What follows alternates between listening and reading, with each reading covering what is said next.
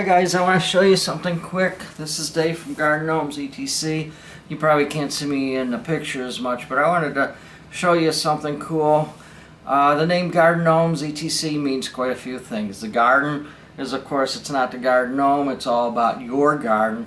How you want to own your garden, how you want to make special type of features. Maybe you want to make it look special with maybe giving it your own personality, owning it, feeling good about it, and sort of making your stuff to go with maybe your different types of plants. So the garden itself is sort of the makeup of what you got outside going on, whether it's the plants and stuff. The gnomes itself, and a lot of what we offer is the ceramic end. It could be the gnomes, it could be the trolls, it could be frogs, toads, whatever. We're giving you the bisque so you can paint. Nothing's more special than having even your grandson or your kids paint something for out there. You kind of cherish it.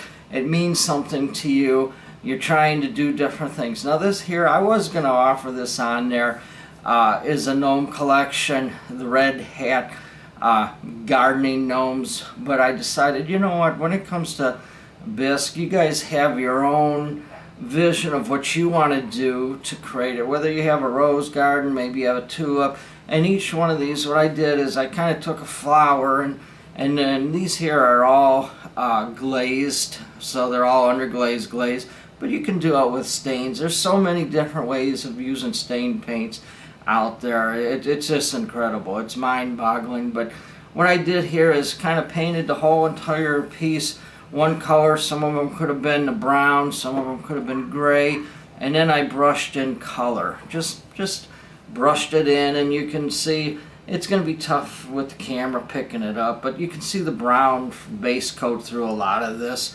Then on top of that, what I wanted to do is kind of make these special where I had different flowers for different seasons, and it's kind of hard with a red hat, but you can see where I hand painted like this one, and they're all really cute. You can see where I put some easy strokes where I brushed in daisies, Jibberjab over here. These are all names that I kind of picked out. This one here, you can see where I kind of put the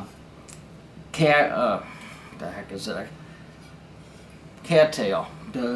But anyways, this one has a cattail. Some of them have dogwoods. This one here has teardrops. The only thing is I kind of made them purple because the white snowdrops, I should say. But you get the idea. Each one of them has its own special flower that I kind of put into his hat. I made it my own to fit my garden, and that's exactly what you guys can do. And the whole thing is, even the ETC part of the garden gnomes, etc., is everything else. And when you look at this, there's plenty of waterfalls that we now offer. Never before could you put something together like you can. So it's almost like you're your own little artist out in your garden. You come up with the garden, you put your main piece, you kind of surround it with stuff. And whether you want to make it look tropical, maybe you want to make it like a woodland with some of our woodland garden gnomes, but you're actually painting them to your personality, to what you want to do to make your garden, and not buy stuff that makes it that's not your garden. I don't know if that went over too well, but anyways, you're trying to make it your personality. Personalize it to your garden and not somebody else's. So this is just something I wanted to show you, and this is all stuff that I'll probably touch on is the different strokes and different ways of doing the different paintings, because believe me, there is so many ways to paint these to match your garden. And another thing is, for any of you guys that put stuff out there, all these have a pour hole where they're hollow in there. What I usually do is take a 1 gallon bag, not one of the baggies with a twist tie, put it in there, and just fill it in with sand, twist it, put a twisty, push it in there, and this becomes very heavy. You're not going to move it. So that's the same thing. This one here, you might put one of the stakes in there.